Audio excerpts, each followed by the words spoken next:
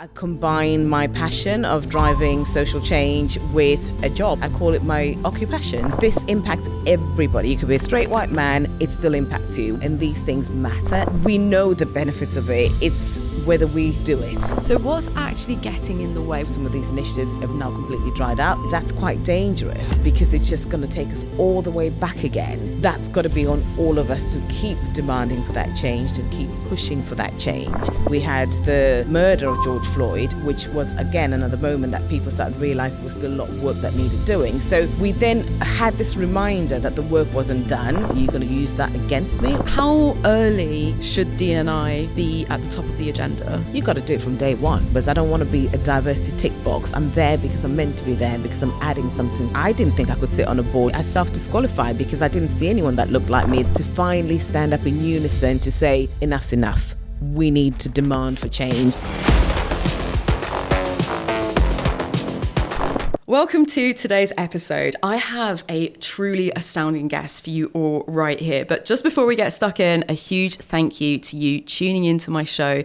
It means so much to me as we try to build a successful leadership podcast in, honestly, a very saturated media space. So I'm super grateful to you right there tuning in right now. I really hope that you enjoy the unique flavor we have on this show here, and of course, the incredible guests, including my next interviewee. If you haven't already, please hit that subscribe button so you don't miss out on future episodes. Okay, on to my next guest.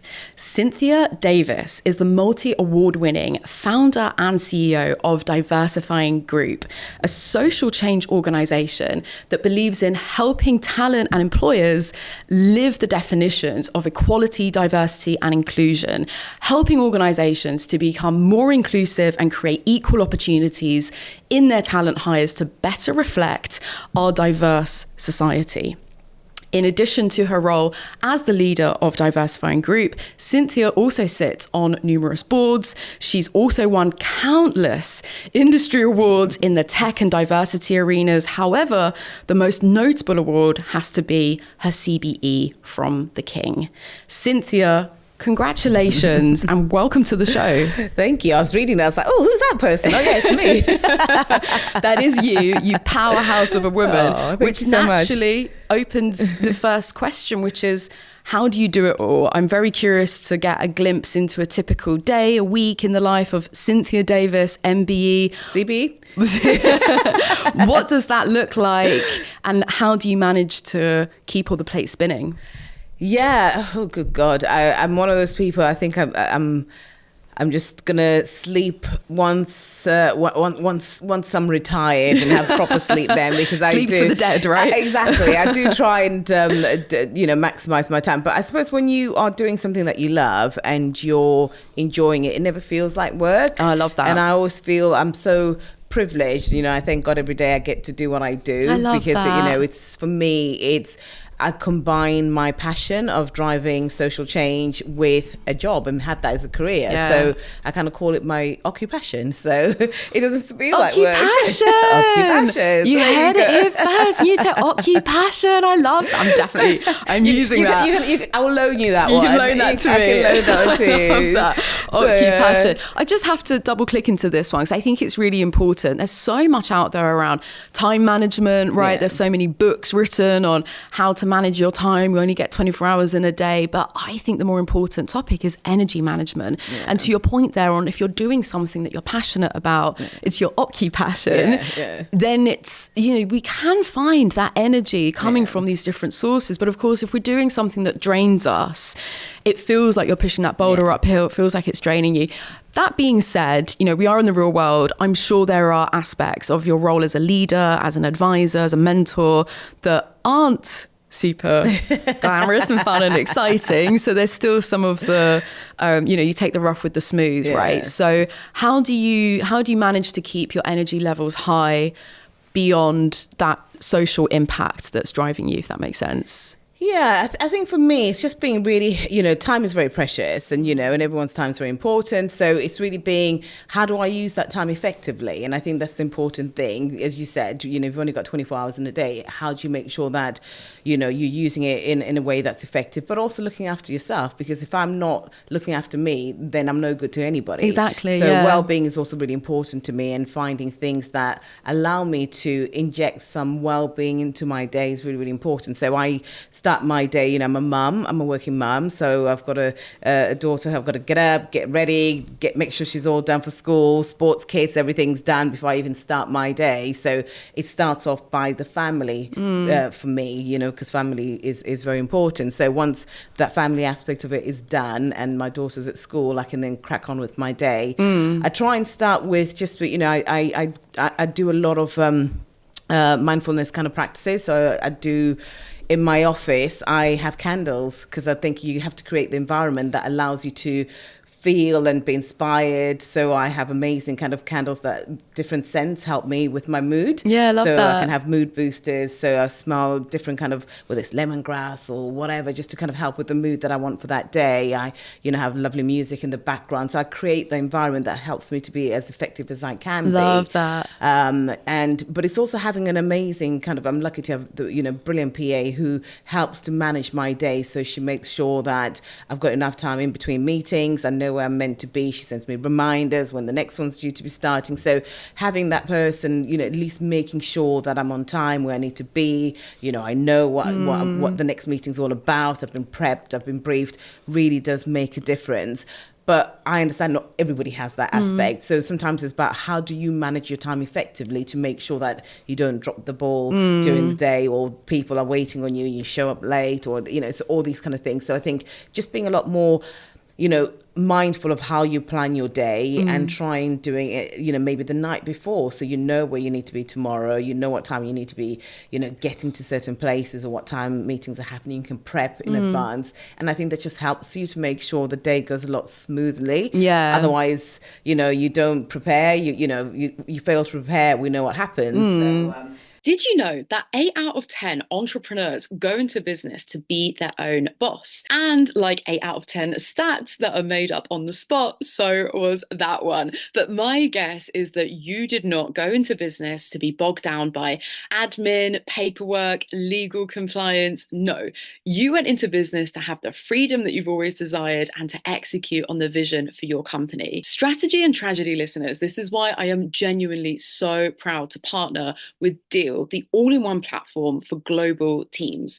That's Deal, D-E-E-L. They make it simple for companies managing international teams to seamlessly hire, onboard, and pay both global employees as well as contractors if you're working with freelancers. They handle all of the paperwork, exchange foreign salaries into local ones, and ensure compliance with local regulations, which honestly I think is just about as fun as it sounds. So if you're a savvy entrepreneur, then you know what to do. You need to outsource that stuff that should not be bogging you down to the experts like Deal. They are designed with the needs of a global workforce in mind. Seamless contract signing, easy expense uploads, in-platform time off management, and more. Plus, its customer support team is available 24/7, no matter the time zone. If you're ready to see how Deal can transform your global workforce operations, then head to the link in the show notes and let's dive back into the episode. Thanks for listening. So I just try and just make sure that at least I'm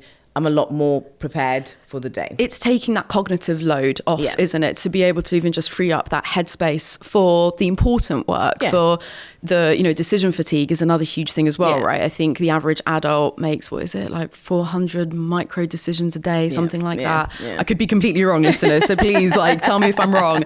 But it's a lot, right? It's a lot. It can take its toll. So things like that. And the reasons behind why you're doing this. And I think in the longer term, it does reap rewards as well. I love that so much. So on the reasons why you're doing this, let's go deeper now. So we've talked a little bit about your social impact, your mission. Let's dive into the whole D&I piece. So let's open up this sort of next chapter in the conversation on some stats. Do you have any hard-hitting statistics on really why diversity and inclusion actually matters within an organization?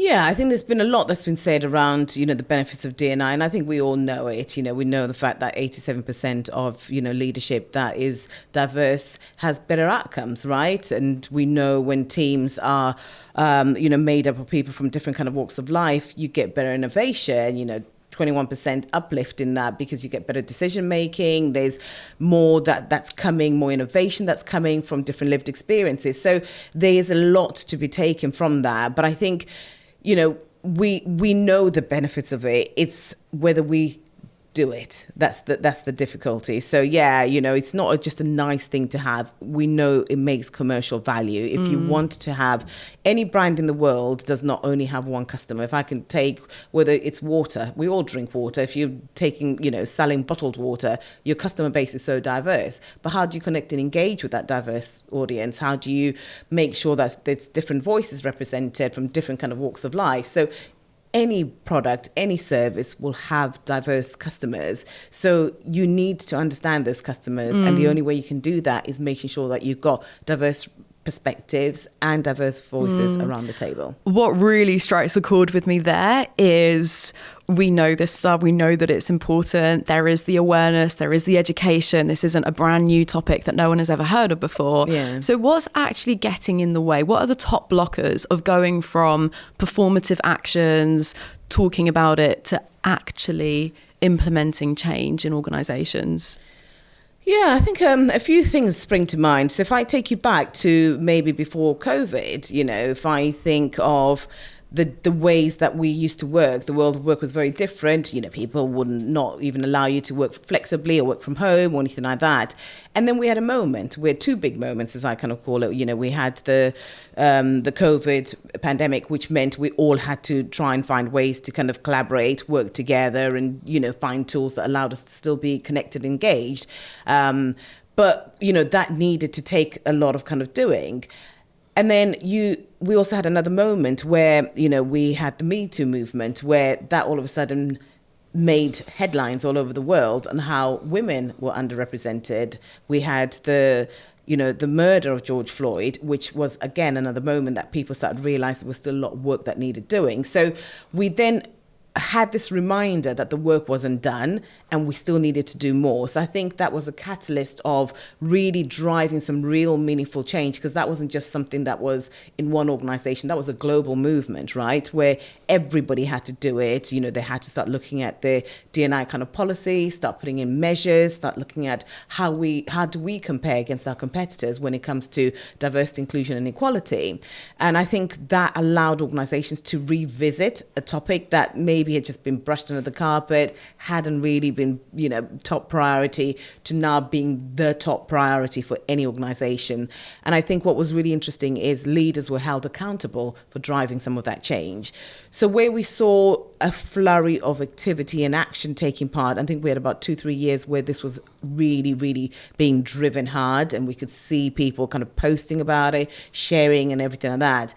Then, we come to the present day, and I think there's this thing called a bit of diversity fatigue, where people are like, well, we've done that, we've ticked that box. Yes, we've got some women on positions. Yes, we've done this. And I think the current economic kind of, challenges have also meant that budgets that were put in place, 2-3 years ago for some of these initiatives have now completely dried out. They're being reallocated elsewhere. So all that great work that had started to happen, we're starting to see a bit of a decline in it. And I think for me, that's quite dangerous, because it's just going to take us all the way back again. So these are the things that I think at the moment are really hindering progress, are hindering what we actively need to be doing around making sure we don't stop this momentum, that we keep moving. But that's got to be on all of us to keep demanding for that change and keep pushing for that change, because unfortunately, if we don't, we will slip back again and it will get brushed under the carpet and we'll go back to our old ways again. Yeah, that's super interesting, Cynthia. Thank you for shedding a bit more light on that topic. It's interesting to consider diversity, D&I initiatives almost as like a luxury that gets cut when there isn't the budget, when it's very contradictory. It's weird to think of it in that way. And for something that does drive business growth. I come from a marketing background. I had my marketing company, as I mentioned before, and there's a parallel there too, where marketing again is often the first department to get their budget slashed, and it just begins. It's the beginning of the end with that. I wonder whether, and with my sort of marketing, like branding hat on, you saying about the diversity fatigue, do you think that there's an opportunity to almost like rebrand the whole diversity conversation? Yeah, I mean, I get your point. And I think, you're right in some way. And I think the challenge that we have is sometimes when we do talk about diversity and inclusion, people just think, oh, it's women, or it's people of color, or it's disabilities. It's all of us, right? This impacts everybody. You could be a straight white man, it still impacts you. Where you're brought up, where you live, where you went to school, all these things are part of what makes us who we are. And these things matter, and these things are what people know and see about us.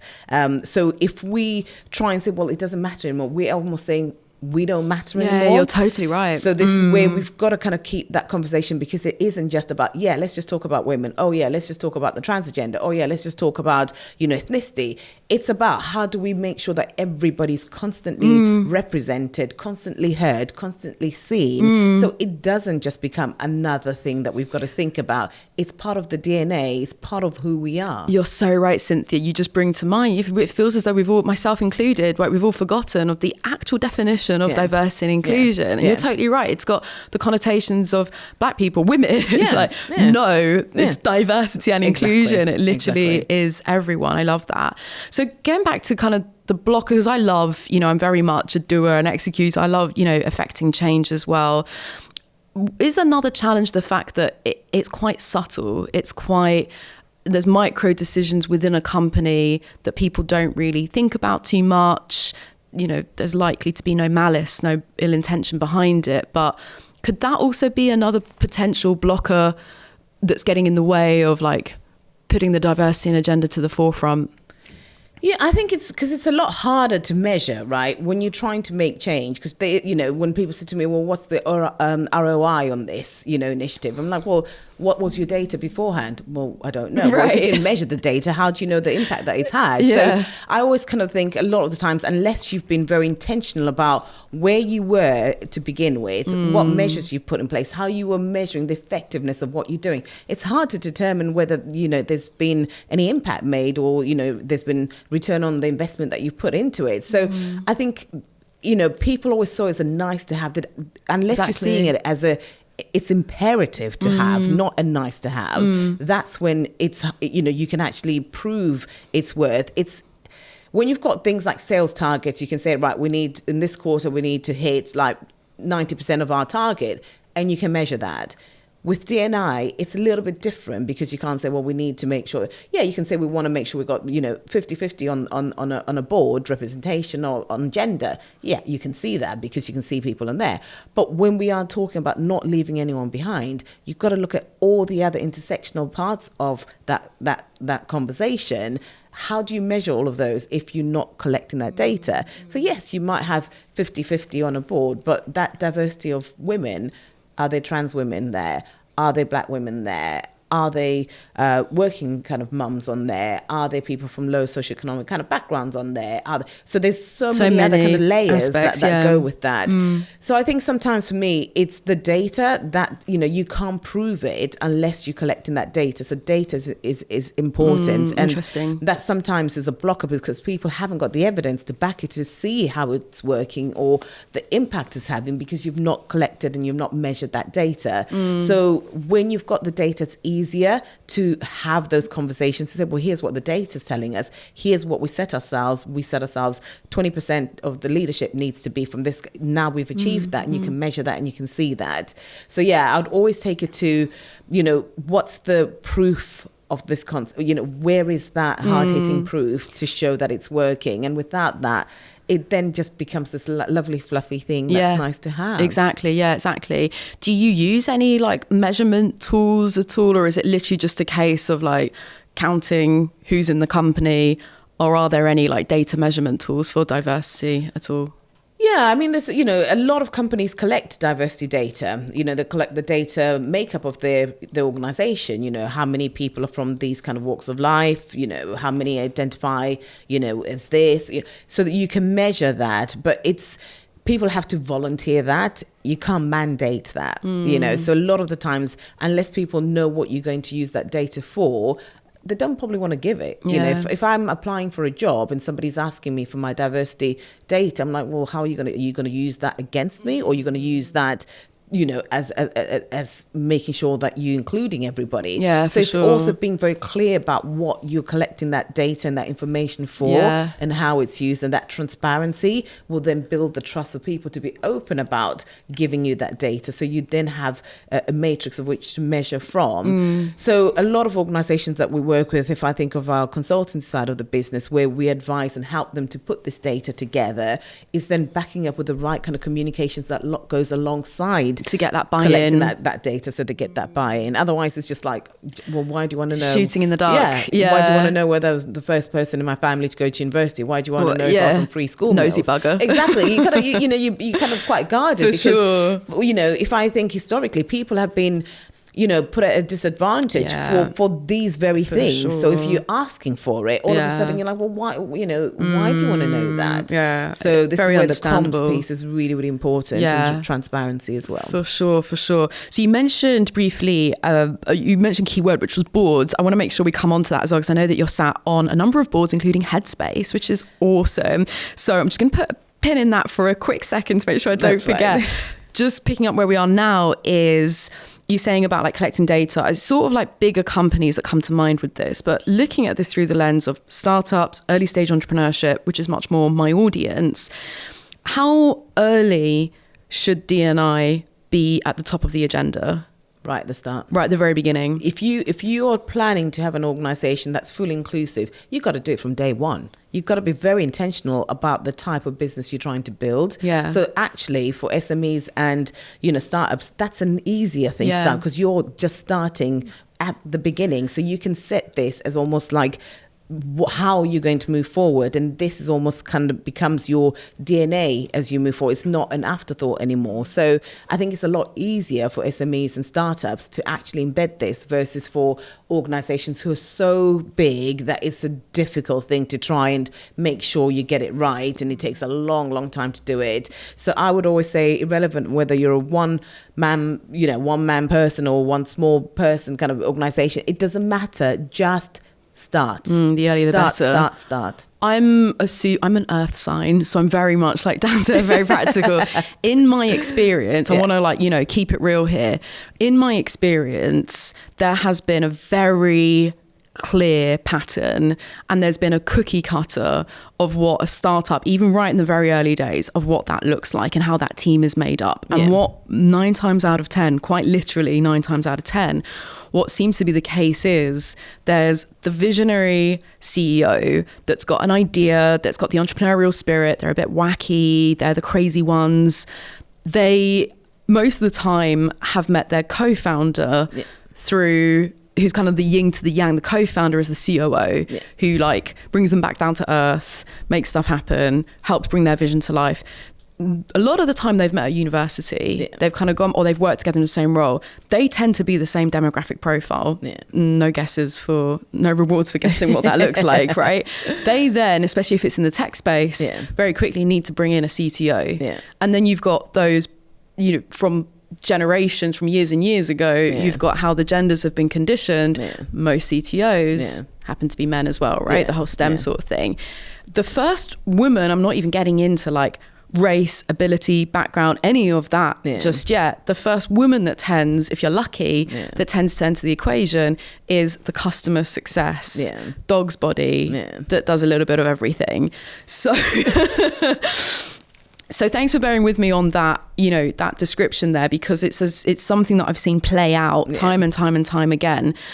So I want to take your answer there on how early should companies be thinking about D&I in that realistic situation where co-founders have met at like a uni, maybe they've gone to Oxford together or whatever, right, like top university. What can they start doing? And that really, you're saying like, even if you're a one-man band, you're starting out, what I've just described there as a team of 4 or 5 people, right? Yeah. What could they do really practically, really down to earth to say, look, we don't even know if we've got a business here. How can they start to like bring the D&I up the priority list in that situation? Yeah, no, you're absolutely spot on. And I think that's what typically most startups are literally in that kind of format. But one of the things that we're trying to change, so obviously I work in tech, you know, I'm a co-founder as well of a tech scale up. And, you know, myself and my co-founder, my co-founder is a white man and, you know, I'm a black woman. But if I look at the makeup of our team, you know, it's very, very diverse already because we've been very intentional about where we've gone to find these people. We've not just looked in our, you know, little black book or our friends that we know, or, you know, come on, mate, do you want to come join us? You know, we've been very intentional about how do we get the best people here? How do we get the best talent? It means we've got to go out and find the best talent. So I think there's a lot of emphasis sometimes with, you know, startups. They just rely on their own networks. And if those networks are not diverse, guess what? You're just creating mini versions of yourself in, you know, and nobody's kind of bringing that diversity in. So I've seen more and more people now advertising for co-founders. You know, you'll get somebody who's got and knows I need a co-founder, and they'll put it out to say I need somebody who's this, is this. What's to say that person can't be somebody that's maybe different to you? Not different in terms of the skills that they bring, but the different outlooks and different perspectives and different background. So it can be done, but you've got to be intentional about it. It's so easy to rely on known networks. And I think that's what tends to happen a lot of the times because people are just passionate to get moving. They've got this great product. They're wanting to get out there. They just go. But always stop for a moment. Think about what kind of company are you wanting to build and who are the people that you wanting to have around you as you continue to grow. And I think if you've got that at the forefront, you will make sure it's a diverse kind of team. If you're enjoying this episode, then you can probably guess what I want you to do. Please do me one tiny favor that costs you nothing and takes a second of your time. Hit that subscribe button. It really helps to support the show. And I'm really grateful for you listening. Let's get back into it.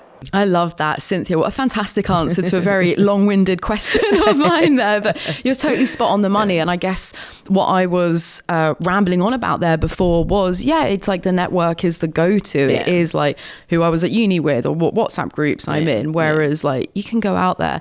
So there's a lot of programs as well now for, you know, especially women in tech. There's a lot of women who are coming through who are genuinely trying to kind of connect with founders to become either CTOs or CMOs or whatever it is. So seek those people out, seek those kind of programs out, you know, get somebody maybe who's coming out of, you know, who's just graduated, link up with a university that say, right, this is what I'm trying to build. Have you got any coders? Have you got any of these kind of, you know, people that can come and, you know, work in my startup?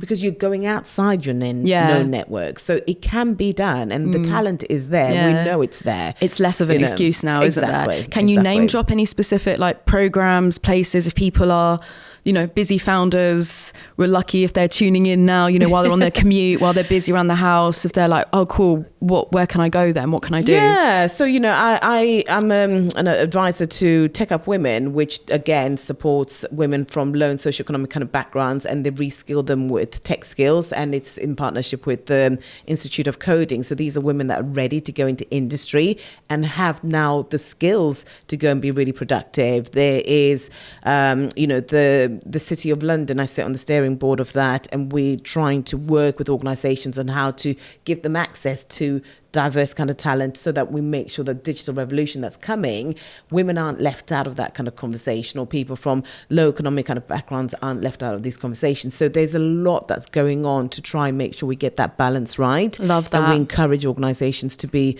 forthcoming. But you know, I think just Google around tech programs, tech initiatives, and a lot of kind of amazing organizations are out there that are doing great work to really spotlight and highlight the great talent that exists within the tech ecosystem. I love that, Cynthia. That is amazing. So before we get into the board discussion very briefly, Are there any other strategies that you've found have worked for your clients within the Diversifying Group that have helped them to attract a more diverse talent pool?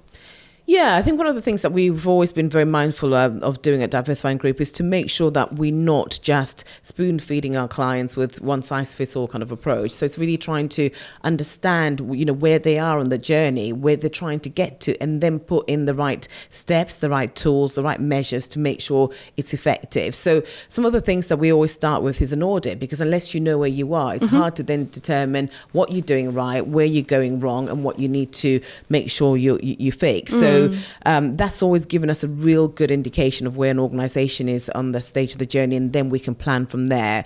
So that audit, that kind of looking at the data is really important, but also education. It's one thing to say to your hiring managers, I want you to hire diverse talent. Well, what does that mean so you've got to be quite specific, but you also got to educate them. Why are you saying that? What's the reasons for it? What's the benefits of it? A lot of organizations have done things like unconscious bias kind of training to make sure that they eliminate that out of the hiring process. So hiring managers aren't hiring how they've always done, with people that they know have gone to this kind of university, that kind of, because that worked well the last time. It's actually no, try something different. Make sure you have a diversity kind of lens across all your recruitment, stages, to make sure that at any given point you can almost check that bias to say, are we really being truly inclusive at this point? Are we really being inclusive at this point? And that helps with making sure that you get the right outcome at the end. So the training is really important, and it's continuous training. Just because you did it 5 years ago when you did unconscious bias training, you still think people, we're human beings. Yeah. We always default back to what we've always done. So it's that continual kind of learning and growing. Yeah, I love that. And what really resonates there, what I'm taking away, is the specificity as well. I love how it's like, we need more diversity, and you're like, okay, we need to drill down. What does it actually mean? What actually is that? Because I believe that's the bridge that needs to be crossed from the theory into execution, right? It's like, okay, I love that. Cynthia, you are absolutely making waves. I obviously love your mission and what you're doing at the moment. Another quick one, because I just have to ask, are there any amazing diverse employers that you want to shout out or give good examples of people who are doing a good job in this space? Yeah, we've been privileged to work with some incredible brands who are genuinely amazing. And I kind of don't think there's anyone that's kind of cracked it or that can say, yeah, we've done it, now we're going to rest on laurels. Everyone's trying to do better. I mean, eBay always comes to mind because they're one of our great partners. And we've been on a journey with eBay for the last 4 years. And, they've done everything around looking at their staff, looking at their employee resource networks, really bringing people into the conversation so everybody feels involved. They always share the data and what they're doing, and that's on a global kind of basis. They're continuously learning, continuously educating. So we run listening sessions with a lot of our clients where we're sharing best practice, and it's they facilitate a lot of those kind of conversations. We bring people together and look at what's working in other organizations, in other sectors. So it's those kind of lead organizations who are genuinely not just ticking a box, but looking at how do we do better, how do we continue to do better, and I love that. And the Mayor of London, again, is one of our, our partners with the GLA, and they really have been driving, because again, they represent London. So if they're not leading with inclusion with everything that they do, how do they represent everybody in London? Literally one of the most diverse cities in the world. Cities, and it's beautiful because of its diversity. And exactly. London is so special, and people love coming to London because of that uniqueness of everybody is here. There's something magical about having people from all walks of life, from all backgrounds, and you can't help but just feel, wow, what an incredible place London is.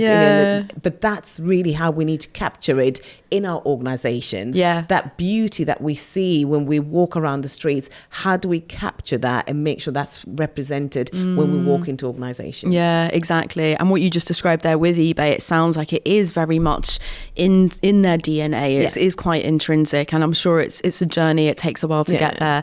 All right, board. How did you get on the board of Headspace?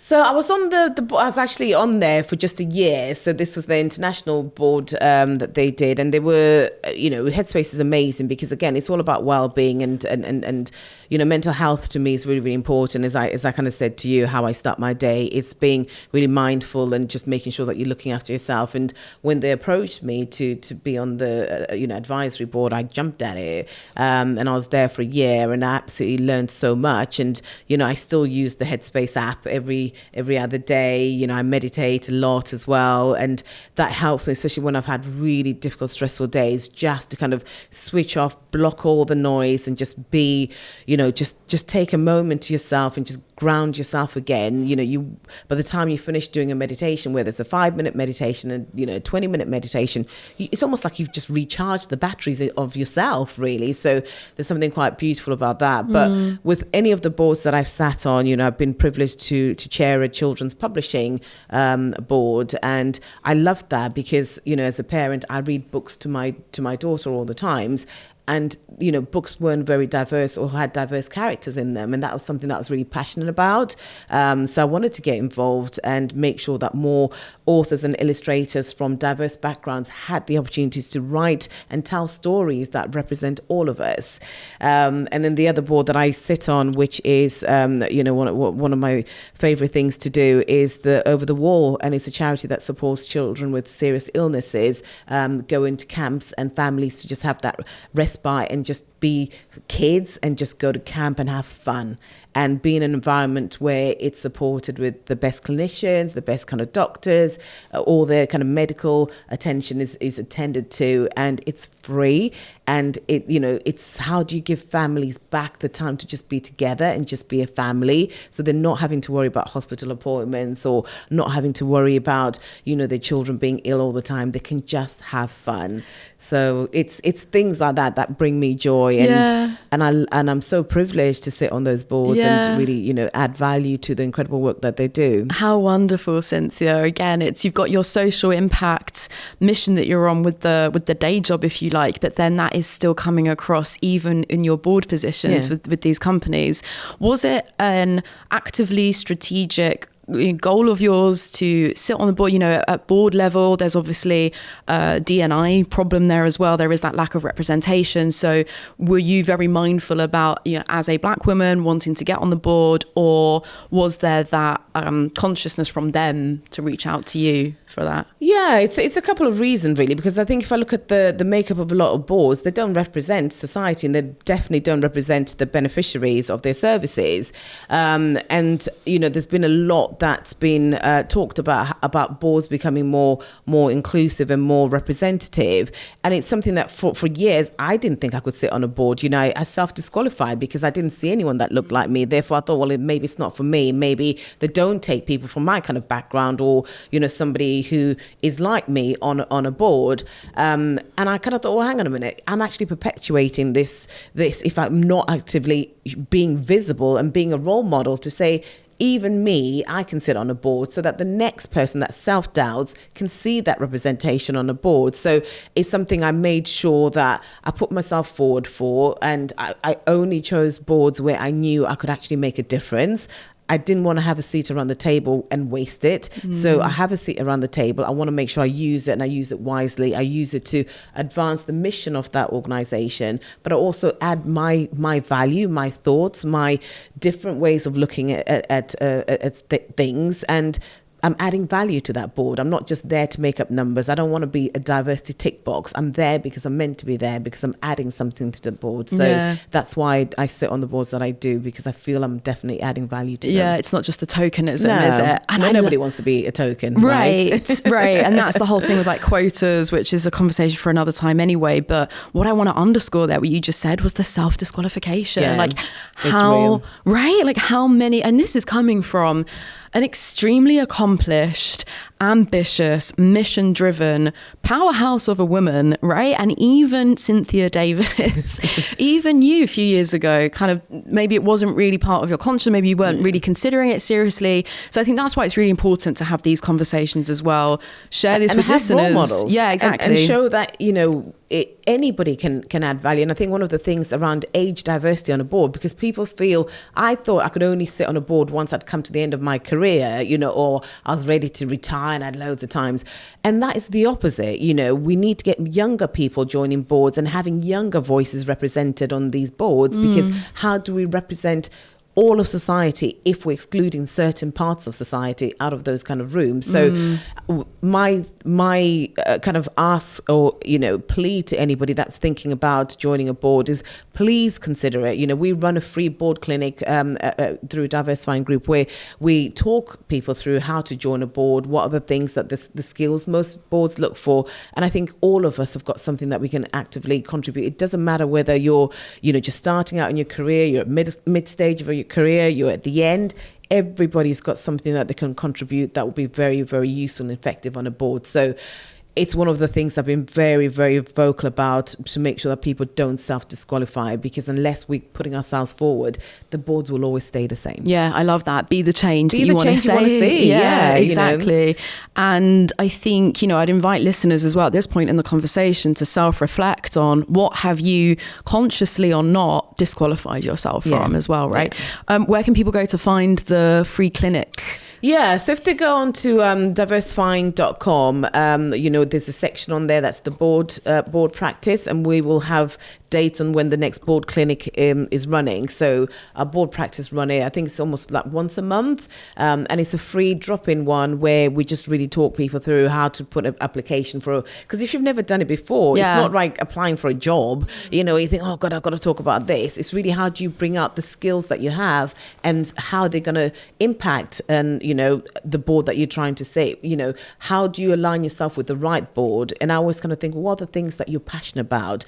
Because a lot of boards, especially if they're not-for-profit boards, they're not remunerated. So if you're going to give up your time, you want to give up your time to something that really means something to you, something that you're really passionate about. So for me, anything to do with children, I'm there. I'm happy to kind of get involved, and I'm happy to support things that allow different communities to have a voice or be seen. I'm there, and I want to get involved. So that's how I've chosen the boards that I sit on. And obviously mental health is really, really important to me. Headspace, again, was a brilliant, and I learned so much from just being around that board and listening to the incredible work that they're doing, and learning about how to implement some of that into my own organization. So there's things that you can learn that can also help you in your own world as well. Yeah, super interesting. I love that. Cynthia, congratulations again. How impressive, how inspiring, genuinely.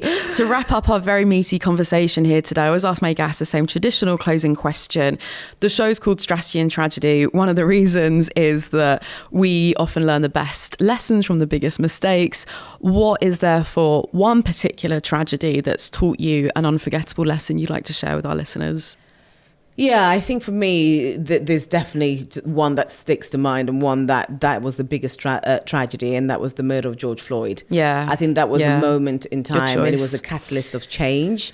It allowed all of us to self-reflect. It allowed all of us to hold a mirror up to ourselves to think, well, how am I driving change? How am I standing up and affecting change? And I think for me, it had to take all of us to witness something so horrific, and even talking about it, I'm almost taken back to that point. And I remember exactly where I was. I remember exactly what I was doing when I saw that video clip. But that was a moment, and it was a moment that shook the world, and shook the world for change.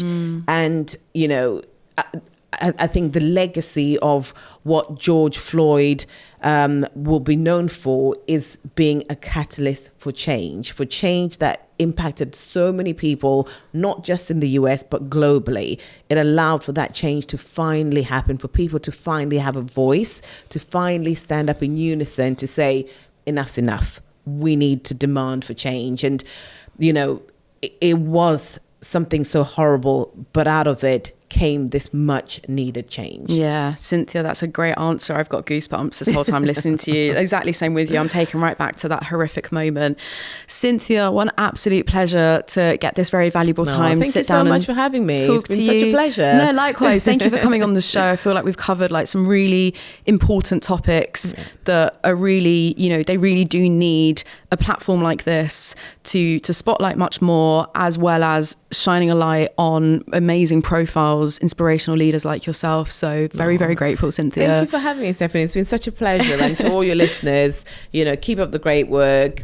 Do the work. It will pay rewards in the end. And it's remember occupation. That's the word of the day. I love that. Leaving this on a high note. I love that. Occupation. Thank you at home or wherever you are listening into this. Really appreciate it. If you've made it to this point in the episode, then I am your number one fan. Hit that subscribe button if you haven't already, so you don't miss out on future episodes that are great, just like this one you've heard here, and hopefully see you next time.